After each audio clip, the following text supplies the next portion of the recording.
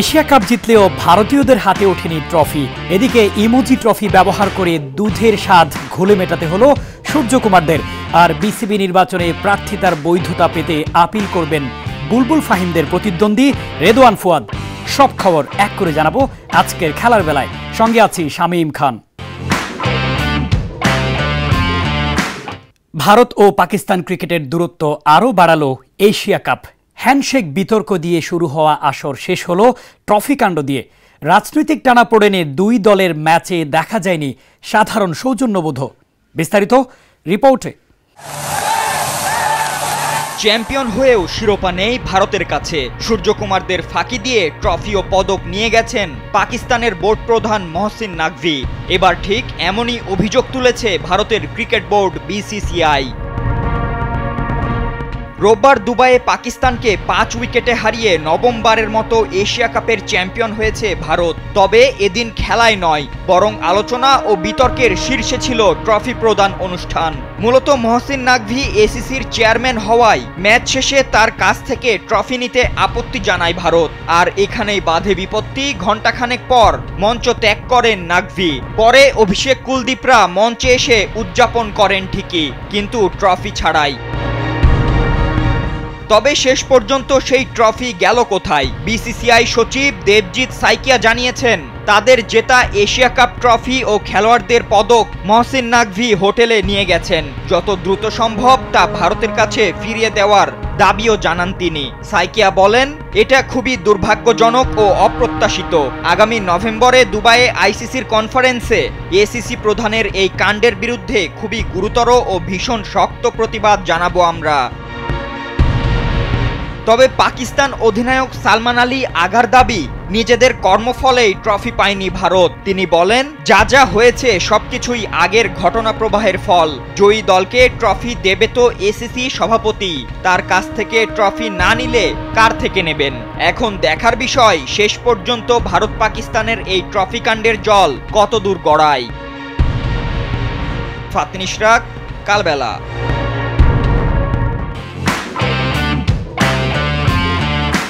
Champion trophy না পেয়ে অভিনব পন্থায় ভারতীয় দল সারল উদযাপন। ভার্চুয়াল ট্রফি ব্যবহার করে সূর্য অভিষেকরা দুধের স্বাদ ঘোলে মেটালেন এশিয়া কাপ জিতে। কেন ট্রফি বুঝে পেল না ভারত, জানবো রিপোর্টে। চরম উত্তেজনার মধ্য দিয়ে এশিয়া কাপ শুরু হওয়ার পর শেষটা যে এতটা হাস্যকরভাবে হবে তা হয়তো কেউই আঁচ করেননি। পুরো টুর্নামেন্ট জুড়ে ছিল নানা নাটকীয়তা, আর এই নাটকের শেষ হলো রোববার রাতে ফাইনালের মধ্য দিয়ে।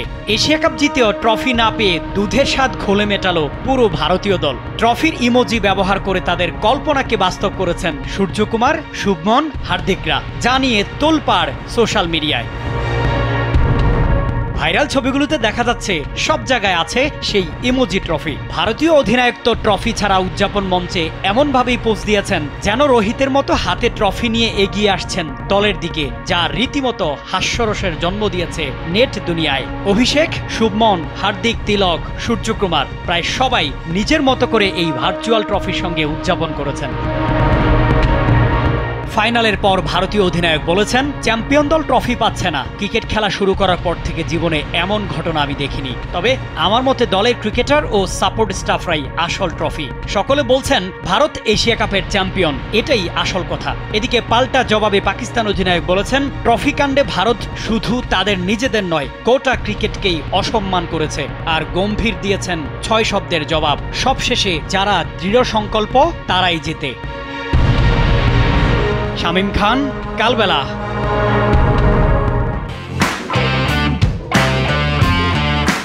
বিসিবির বর্তমান সভাপতি ও সহসভাপতি বিজয়ী হচ্ছেন এমনটাই ভেবেছিল সবাই। তবে হঠাৎ নির্বাচনে হাজির আরেক হেভিওয়েট প্রার্থী, কিন্তু তার প্রার্থিতা বাতিল করেছে ইলেকশন কমিশন। তাতে কি বিনা বাধায় পাশ বুলবুল ও ফাহিম, নাকি আছে যদি কিন্তুর খেলা? বিস্তারিত জানবো মাহফুজ আহমেদের রিপোর্টে। 2008 থেকে 12 সাল পর্যন্ত ক্রিকেট বোর্ডের ডাইরেক্টর ছিলাম এবং ওমেন্স কমিটির চেয়ারম্যান ছিলাম। আমার সময় ওমেন্স কমিটি ওয়ানডে স্ট্যাটাস পেয়েছে, টি20 স্ট্যাটাস পেয়েছে। আমার ক্রীড়াঙ্গনের ইতিহাস 42 বছরের ইতিহাস। মনোনয়নপত্র বাতিল হয়েছে জামালপুর জেলা ক্রীড়া সংস্থার কাউন্সিলর আব্দুল্লাহ আল ফোয়াদের। এতেই নির্বাচনের আগেই বিজয়ী হয়ে গেছেন বিসিবির বর্তমান সভাপতি ও সহসভাপতি, এমনটাই গুঞ্জন চারিদিকে। তবে হাল ছাড়ছেন না ফোয়াদু, নির্বাচনের ইশতেহার অনুযায়ী আগাচ্ছেন তিনি। তার দাবি খুব সামান্য কারণেই তার প্রার্থিতা বাতিল হয়েছে, যা খুব সহজেই বদলে ফেলা যাবে। যদি তাই হয় তাহলে বুলবুল ও ফাহিমকে ভোটের ময়দানে জিতেই পরিচালক হতে হবে। কেন ও কিভাবে এই নির্বাচন হবে চলুন জেনে নেওয়া যাক। যদি শেষ অবধি ফুয়াদ প্রার্থিতা ফিরে পান তাহলে তিনজনের লড়াইটা হবে শিয়ানে শিয়ানে।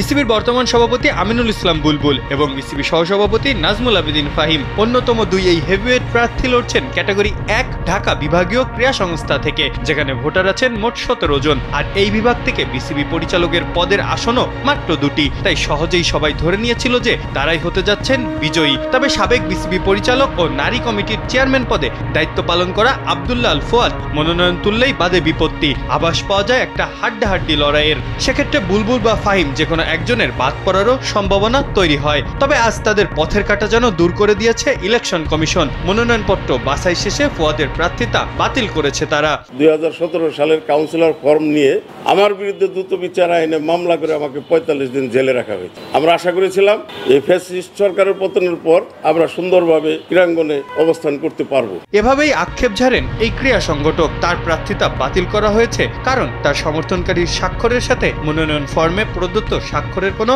মিল নেই। কিন্তু ফুয়াদের দাবি তার সমর্থনকারী জাতীয় পরিচয়পত্র অনুসারে স্বাক্ষর করেছেন, এমনকি মুঠোফোনে কল করে তার থেকে সত্যতাও যাচাই করে দিয়েছেন তিনি। আপনি যে আমার ফর্মে স্বাক্ষর করেছেন এটা তো আপনারই স্বাক্ষর, আইডি কার্ডের স্বাক্ষরটাই তো করেছেন, ফর্মের স্বাক্ষর ফ্যাক্টর না। স্বাক্ষর আপনার নিজের হইলে, আপনার যদি স্বাক্ষর নিজের হয় তাহলে ঠিক আছে।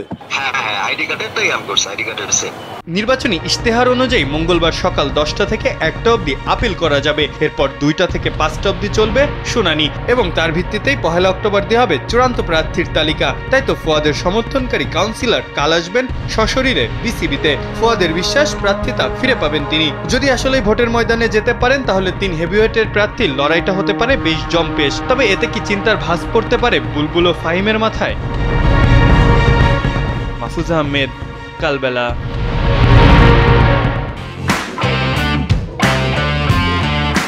এই ছিল আজকের খেলার বেলায়। এতক্ষণ সঙ্গে থাকার জন্য ধন্যবাদ।